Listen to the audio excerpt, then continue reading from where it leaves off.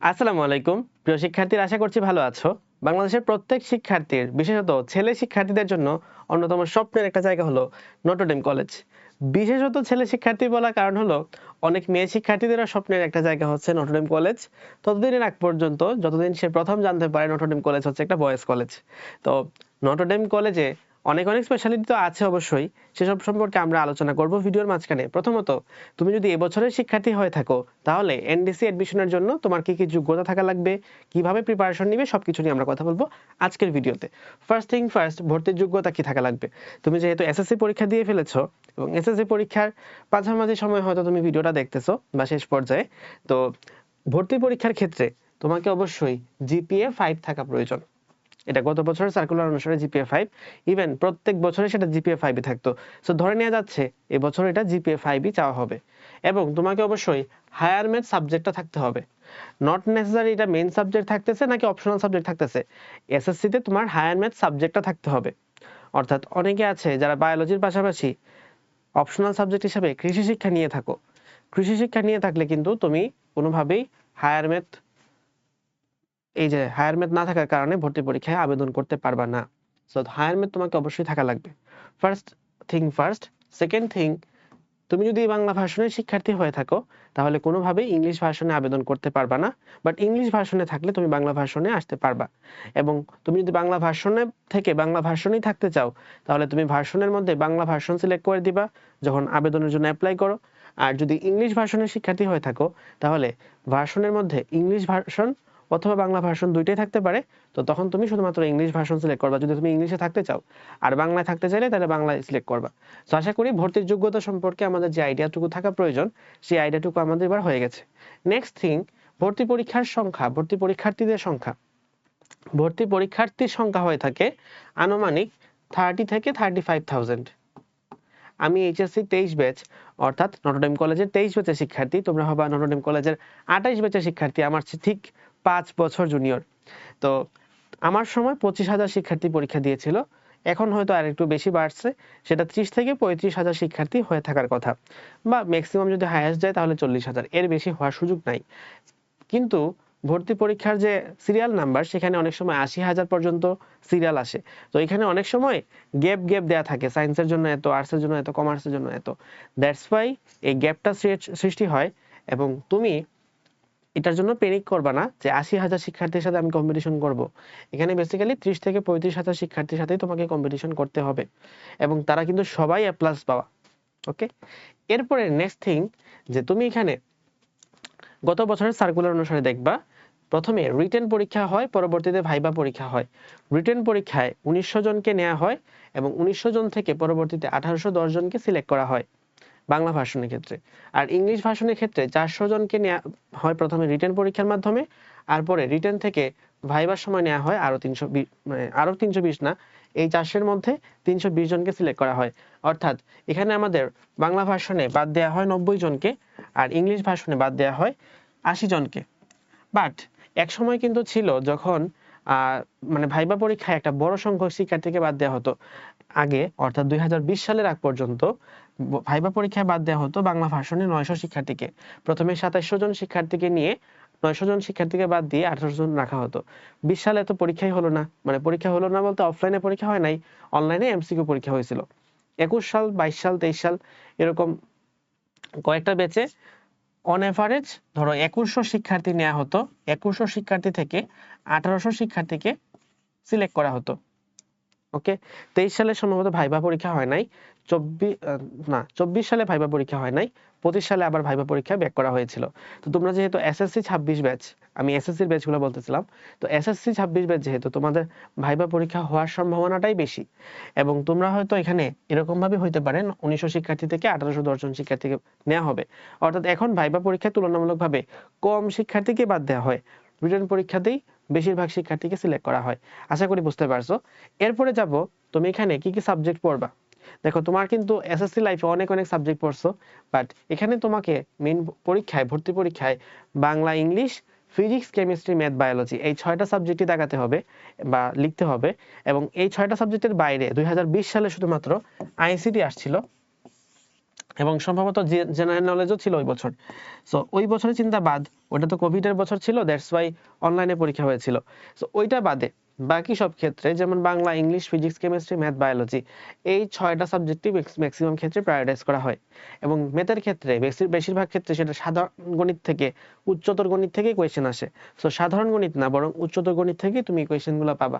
ধরো ম্যাথ থেকে যদি 10টা কোয়েশ্চেন হয়, তার মধ্যে হয়তো 9টাই পাবা তুমি হায়ার ম্যাথ থেকে, আর একটা কোয়েশ্চেন পাবা হয়তো সাধারণ ম্যাথ গণিত থেকে, বা নাও পাইতে পারো, সব 10টাই পাইতে পারো তুমি হায়ার ম্যাথ থেকে। আমাদের সময় সম্ভবত 10টা প্রশ্ন আসছিল হায়ার ম্যাথ থেকে, যেখানে 10টাই আসছিল উচ্চতর গণিত থেকে, মানে হায়ার ম্যাথ থেকে 10টা আসছিল, সাধারণ ম্যাথ থেকে বা জেনারেল ম্যাথ থেকে কোনো কোয়েশ্চেন আসে নাই। ওকে, তো সাবজেক্ট কি কি পড়বো আশা করি বুঝতে পারছি। এর বাইরে যদি তোমার টুকটাক প্রিপারেশনে ঘাটতি থাকে আইসিটি, একটু দেখলে আইসিটি দেখতে পারো। আইসিটি যুক্ত করার সম্ভাবনা খুবই কম, নাই বললেই চলে। বাট যারা প্রিপারেশনে একেবারেই ঘাটতি রাখতে চাও না, ধরো উপস্থিত মুহূর্তে তোমার বললো পরীক্ষার 1 সপ্তাহ আগে বা 15 দিন আগে যে কি কি সাবজেক্টে পরীক্ষা নেওয়া হবে, তখন কিন্তু তুমি ঘাবড়ে যাইতে পারো। দ্যাটস ওয়াই বলতেছি, আর তুমি যদি আইসিটি প্রিপারেশন না নিতে চাও কোনো অসুবিধা নেই।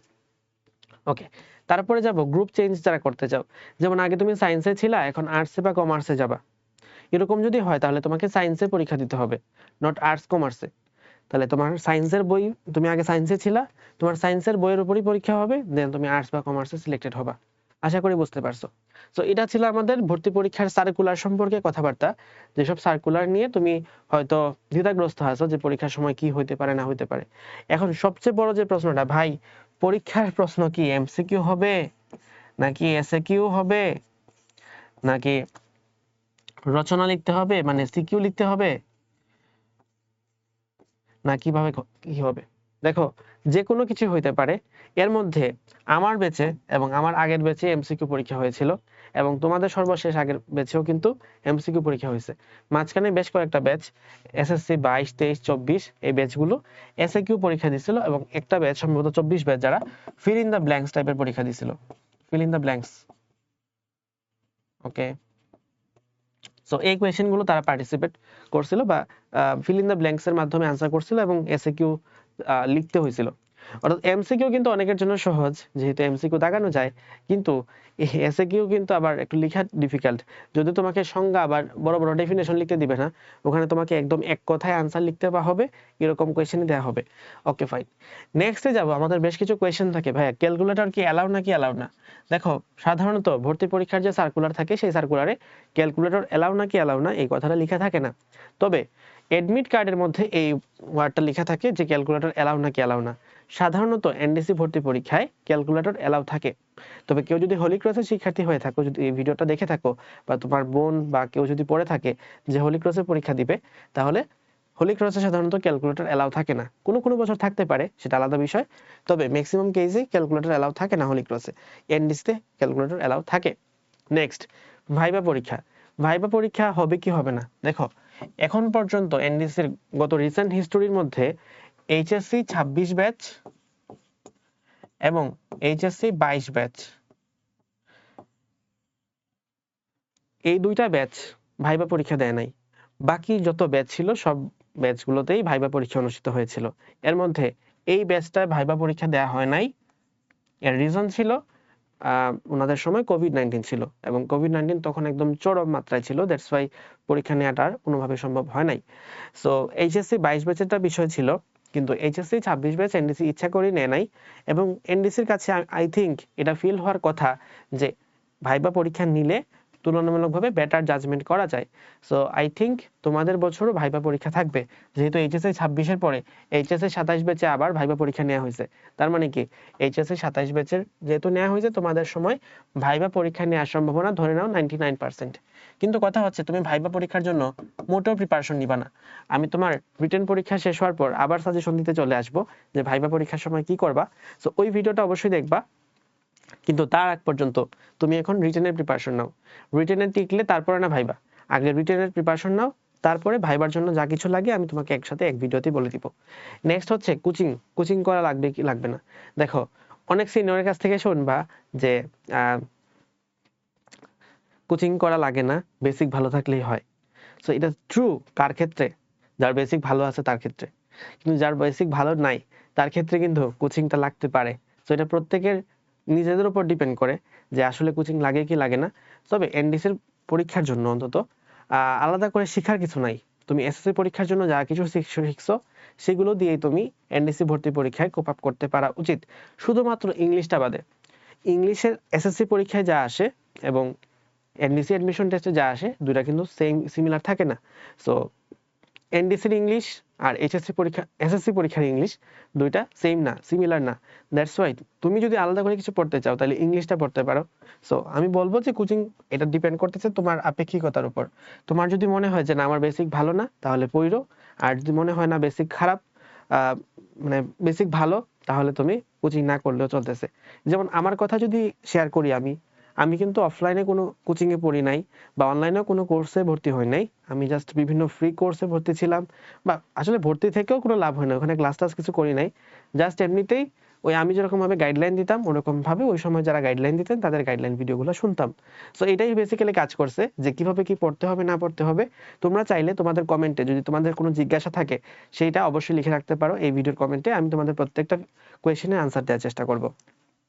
ওকে, তাহলে কোচিং লাগবে কি লাগবে না, it's fully up to you, but I think যদি তোমার বেসিক ভালো থাকে তাহলে কোচিং এর দরকার নাই, যদি বেসিক এর খারাপ থাকে তাহলে কোচিং এর দরকার আছে। ওকে, নেক্সট কথা হচ্ছে অনেকের একটা কমন জিজ্ঞাসা, যেহেতু ভাইয়া এনডিসি হচ্ছে একটা খ্রিস্টান মিশনারি কলেজ, দ্যাটস ওয়াই আমরা যেহেতু বেশিরভাগ মুসলিম, সো খ্রিস্টানরা কোনোভাবে মুসলিমদেরকে এখানে ডমিনেট করতে চায় কিনা, বা খ্রিস্টানরা কোনোভাবে এখানে মুসলিমদেরকে কোনোভাবে কোনো দিক থেকে সেন্টিমেন্টাল মানে আঘাত করতে চায় কিনা, অথবা ধরো অনেকে এরকম ভাবে চিন্তা ভাবনা করে যে মুসলিমকে ধরে ধরে মনে হয় খ্রিস্টান বানায় ফেলবে, বা মুসলমানদের মধ্যে কি বলা যায় মুসলিম হওয়ার বা ধরো ইসলামের প্রতি যে স্পৃহাটা ছিল, যে সহমর্মিতা ছিল, বা যে সেন্টিমেন্টের জায়গা ছিল ইসলাম, সেই জায়গা থেকে হয়তো দূরে সরাই দিতে পারে। এটা আমার কাছে একেবারেই মনে হয় নাই। এনডিসিতে আমি ছিলাম 378 দিন, এবং 378 দিনে আমার কোনোদিনই মনে হয় নাই যে নটরডেম কলেজ ইসলামকে কোনোভাবে ডিহিউম্যানাইজ করতেছে, বা কোনোভাবে ইসলামকে মানে এখানে নেগলেক্ট করা হইতেছে, বা মুসলমান শিক্ষার্থী যারা আছে তাদের সাথে কোনোভাবে মানে তাদের দমন পীড়ন করা হচ্ছে, বা মতামতকে প্রায়োরিটি দেওয়া হচ্ছে না, এটা কোনোভাবে আমি কখনো দেখি নাই। ইভেন নটরডেম কলেজে আশা করি তোমরা জানো যে শিক্ষার্থীদের জন্য মসজিদও আছে, যদিও সেই মসজিদের মধ্যে খুব বেশি শিক্ষার্থী নামাজ পড়তে পারে না, সবাই মাঠের মধ্যেই পড়ে, বাট স্টিল মসজিদ তো আছে। সো বলতে পারো যে এখানে তোমার ধর্মীয় রিলেটেড কোনোভাবে কোনো ধরনের বাধা তুমি শিকার হবা না ইনশাআল্লাহ। এটা আমরা মানে এজ এ তোমার সিনিয়র এই বিশ্বাস বা ভরসা তোমাকে আমি এটা দিতে পারি। নটরডেম কলেজে এইভাবে কোনো ধরনের কোনো কাজে কখনোই ঝামেলা হয় নাই। Okay fine. সো আমরা মোটামুটি আশা করি এনডিসি এডমিশন সম্পর্কে যাবতীয় কথাবার্তা শুনতে পারছি। এরপরের পেজ যেহেতু মানে মুভ করতে যাচ্ছি, ভাইবো না যে আমি এখানে কোর্সের ডিটেলস জানাবো। আমার কোনো কোর্স নাই, তোমরা যদি চাও যে কোনো কিছু জিনিস তোমরা ফ্রিতেই চাইতে পারো। তো physics, chemistry, biology, math, Notre Dame কলেজে ফিজিক্স এবং ম্যাথ এই দুইটা সাবজেক্টের প্রতি হাইয়েস্ট প্রায়োরিটি দেওয়া হয়। এবং তুমি এসএসসি পরীক্ষার জন্য যেভাবে পড়ছিলা বেসিক্যালি ওভাবেই পড়বা, তবে একটু যেন ফাস্ট ক্যালকুলেশন করতে পারো, ঠিক আছে? কারণ এসএসসি পরীক্ষার সময় কিন্তু তুমি অনেক স্লো ক্যালকুলেশন করলেও হইতো, 25 মিনিটে 25টা দেখানো লাগতো। এখন এখানে হইতে পারে তোমার 30 মিনিটে 50টা দেখা দিতে পারে, হইতে পারে 70 মিনিটে 100টা দেখা দিতে পারে। সো এখানে কিন্তু সময় একটা বিষয়। আচ্ছা, ফিজিক্সের ক্ষেত্রে দেখো, তুমি এতদিন যেসব ম্যাথ করছো এসএসসি পরীক্ষার জন্য, দ্যাটস ভেরি গুড। এসএসসি পরীক্ষার বোর্ড প্রশ্ন তুমি সলভ করছো ইতিমধ্যে, এটা তুমি জানো। এর পাশাপাশি তোমার যত বিভিন্ন স্কুলের প্রশ্ন আছে, বিভিন্ন স্কুলের প্রশ্ন থাকে না টেস্ট পেপারে, টেস্ট পেপার থেকে স্কুলের প্রশ্নগুলো সলভ করবা, টেস্ট পেপার থেকে স্কুলের প্রশ্ন সলভ করবা। তারপরে যদি এনডিসির কোনো কোয়েশ্চেন ব্যাংক থাকে, অনলাইনে অনেক পিডিএফও পাওয়া যায়, আবার তুমি অনেক ভিডিও পাবা, ভিডিও লাগে না আসলে, এগুলা বই থেকে নিচে পড়া যায়। সো বিভিন্ন টেস্ট পেপার পাবা, বা লাইব্রেরিতে খুঁজে দেখতে পারো। এনডিসি কোয়েশ্চেন ব্যাংক নামে কিছু বই টই থাকতে পারে, মানে থাকতে পারে না, বই আছে, তুমি খুঁজে পেতে পারো। সো এনডিসির যেসব বিগত বছরের প্রশ্ন আছে কোয়েশ্চেন ব্যাংক পড়া ট্রাই করতে পারো, এনডিসির কোয়েশ্চেন ব্যাংক। Okay fine. তাহলে টেস্ট পেপার থেকে স্কুলের প্রশ্ন এবং এনডিসির কোয়েশ্চেন ব্যাংকের প্রশ্ন এগুলো যদি সলভ করতে পারো, আশা করা যায় তোমার প্রিপারেশন হয়ে যাবে, যদি তুমি এসএসসি পরীক্ষার জন্য মোটামুটি প্রিপারেশন নিয়ে রাখো। এবং মোটামুটি বলতে বোঝাচ্ছি আমি, তুমি সবগুলা চ্যাপ্টার ঠিক মতো পড়ছো, এমনটা কোনোভাবে আশা করা যাবে না যে এনডিসি ভর্তি পরীক্ষায় তুমি কোনো একটা সিম্পল একটা চ্যাপ্টার বাদ দিয়ে গেছো এবং সেই চ্যাপ্টার এর জন্য তুমি বাস খাও নাই। যেমন আমি তোমাকে একটা এক্সাম্পল দিই, বায়োলজির অধ্যায় 2 থাকে না, জীবকোষ ও টিস্যু, এই অধ্যায়ের একদম লাস্টে যে টপিকটা থাকে সেই টপিকটার নাম হচ্ছে অণুবীক্ষণ যন্ত্র। আমি বায়োলজি বইয়ের সবই পড়ছি বা সব বইয়ের আসলে সবই পড়ছি, কিন্তু অণুবীক্ষণ যন্ত্রটা অনেক বেশি ডিটেইলসে পড়ি নাই, জাস্ট কয়েকটা সংখ্যা ছিল এবং ওই যে স্ট্রাকচারটা ছিল ওইটাই পড়ছি। কিন্তু আমার সময় একটা প্রশ্ন ছিল, যদি তুমি কোয়েশ্চেন ব্যাংক উল্টানোর সুযোগ পাও তাহলে দেখবা একটা কোয়েশ্চেন ছিল যে কোয়েশ্চেনটা একটু ডিফিকাল্ট ছিল অণুবীক্ষণ যন্ত্র থেকে, ওই কোয়েশ্চেনটা কিন্তু আমি পারি নাই, ঠিক আছে। সো বায়োলজিতে আমার এখানে একটা কোয়েশ্চেন ভুল হয়েছিল, আর আর কিসে জানি ভুল হয়েছিল ভুলে গেছি, মেবি ইংলিশে কিছু ভুল হয়েছিল। হ্যাঁ, তো এনডিসি কোয়েশ্চেন ব্যাংকের কোয়েশ্চেন যদি সলভ করতে পারো, আশা করা যায় তুমি ফিজিক্সের যদি সবগুলা চ্যাপ্টার পারো, তোমার ফিজিক্সের প্রিপারেশন হয়ে যাবে ইনশাল্লাহ। কেমিস্ট্রির ক্ষেত্রে আসবো, এবং কেমিস্ট্রির ক্ষেত্রে তুমি সেম গোস ফর কেমিস্ট্রি, এসএসসির যা কিছু ছিল সেটা, এবং টেস্ট পেপার থেকে স্কুলের প্রশ্ন। অলসো তোমাকে এখন মেন বইটা আবার রিকল করা উচিত, মেন বইয়ের লাইন, এবং এনডিসি কোয়েশ্চেন ব্যাংক। ওকে, নেক্সটে যাব আমরা বায়োলজির মধ্যে, এবং বায়োলজিতে তোমার ফার্স্ট প্রায়োরিটি থাকবে মেইন বই, অলসো কোরিলেট করা, এবং বায়োলজির সব চ্যাপ্টারের উপর আমার কি বলা যায়, এনডিসি অ্যাডমিশন প্রিপারেশনের জন্য যতটুকু দরকার ততটুকু আমি খুব ইন ব্রিফ তোমাদের সাথে ডেলিভার করে দিছি।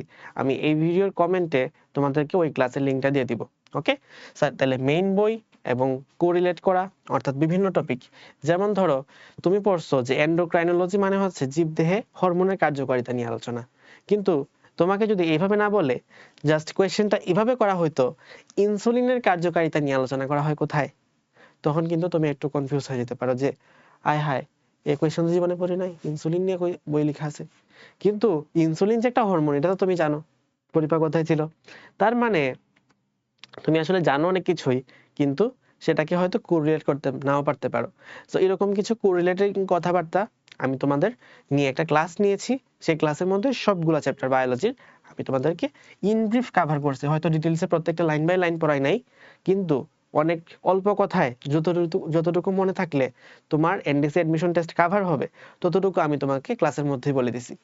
নেক্সটে যাব হায়ার ম্যাথের মধ্যে, আমার ক্লাসটা করবা, যদিও এটা আমার আরো অনেক আগের ক্লাস ছিল, পুরাতন ক্লাস, আমি তখন আরেকটা জায়গায় ক্লাস নিয়েছিলাম, বাট তোমাদেরকে আমি ওই ভিডিও লিঙ্কটা দিচ্ছি।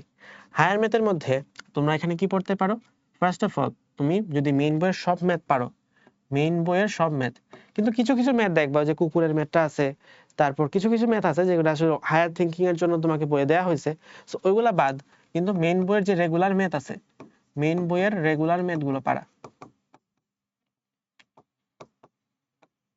এবং হায়ার ম্যাথ শুধু টেস্ট পেপার পারলেই হইলো না, টেস্ট পেপারে কোয়েশ্চেনগুলো সলভ করার জন্য যেন তুমি শর্টকাট ট্রিক্স দিয়ে বা খুব দ্রুততম সময়ে সলভ করতে পারো। টাইম মেনটেনটা খুবই গুরুত্বপূর্ণ, তুমি যেন 30 মিনিটে একটা 30 মিনিট না সরি 30 সেকেন্ডে একটা কোয়েশ্চেন সলভ করতে পারো, তাহলে টাইম নিয়ে তুমি যেন হায়ার ম্যাথ দেখাইতে পারো, টাইম নিয়ে তুমি অল্প সময়ের জন্য আনসার করতে পারো, এটা খুবই গুরুত্বপূর্ণ বিষয় হায়ার ম্যাথের ক্ষেত্রে। তো আশা করি বুঝতে পারছি আমরা 4টা সাবজেক্টের ক্ষেত্রে। এর পাশাপাশি বাংলা, ইংলিশ এবং আইসিটি, এই হচ্ছে আমাদের 3টা সাবজেক্ট, বাংলা, ইংলিশ, আইসিটি আমি আপাতত বলতেছি না, আইসিটি যদি কিছু পড়তে হয় তাহলে টেস্ট পেপার পড়লে আমাদের সব কভার হয়ে যায়। ও বাই দ্য ওয়ে, আমার সময় কিন্তু আইসিটি ছিল, আমার এইচএসএ 23 ব্যাচ, আমার সময় আইসিটি ছিল, গত বছর আইসিটি ছিল না। তো বাংলার ক্ষেত্রে তুমি কি পড়তে পারো, বাংলার ক্ষেত্রে বাংলা সেকেন্ডটা ভালো মতো পড়ো, আর বাংলা প্রথম থেকে গল্প থেকে কিছু আসে না সাধারণত, দেখা যায় পাঠ পরিচিতি, লেখক পরিচিতি, শব্দার্থ, এগুলা থেকে কোয়েশ্চেন চলে আসে। তো তোমার জন্য এখানে সাজেশন হচ্ছে পাঠ পরিচিতি, লেখক পরিচিতি এবং শব্দার্থ, এগুলা পড়বা, দেখবা যে ম্যাক্সিমাম ক্ষেত্রে এটা থেকে কভার চলে আসতেছে। আর বাংলা সেকেন্ড পেপার থেকে তোমাকে আমার সময় যে কঠিন প্রশ্ন আসছিল আমার কাছে মনে হয়েছে, সো এখানে আসলে কোনো সাজেশন দিতে পারতেছি না, রিটেন টপিক বাদে গ্রামার যা কিছু আছে, গ্রামার সবকিছু পড়া ফেলো, গ্রামার। ওকে, আর আমার পরের ব্যাচে কোয়েশ্চেন কিন্তু আসছিল যে ডাক বাংলা, ডাক বাংলো সম্পর্কে রচনা লিখতে দিছিল। সো বাংলা সেকেন্ড থেকে আসলে সাজেশন দেওয়া একটু টাফ, কারণ বাংলা সেকেন্ড থেকে অনেক ডিফিকাল্ট প্রশ্ন অনেক সময় চলে আসে। ওকে, এরপরে যাব আমরা ইংলিশের ক্ষেত্রে, এবং ইংলিশের ক্ষেত্রে দেখবা সবচেয়ে আনপ্রেডিক্টেবল জায়গা হচ্ছে ইংলিশ এনডিসি এডমিশনের ক্ষেত্রে। ইভেন আমি যদি এনডিসিতে চান্স না পাইতাম তাহলে তার রিজন হয়তো ইংলিশ, চান্স পাইছি তার রিজন হলো ইংলিশ। সো ইংলিশের ক্ষেত্রে তুমি কি করবা, ইংলিশের ক্ষেত্রে তোমার প্রিপারেশনটা হইতে পারে, আমি যদি তোমাকে সাজেস্ট করি, যদি তুমি ভালো স্টুডেন্ট হয়ে থাকো বা পড়তে চাও, তাহলে তুমি বিগত বছরের ঢাকা ইউনিভার্সিটি কোয়েশ্চেন সলভ করো।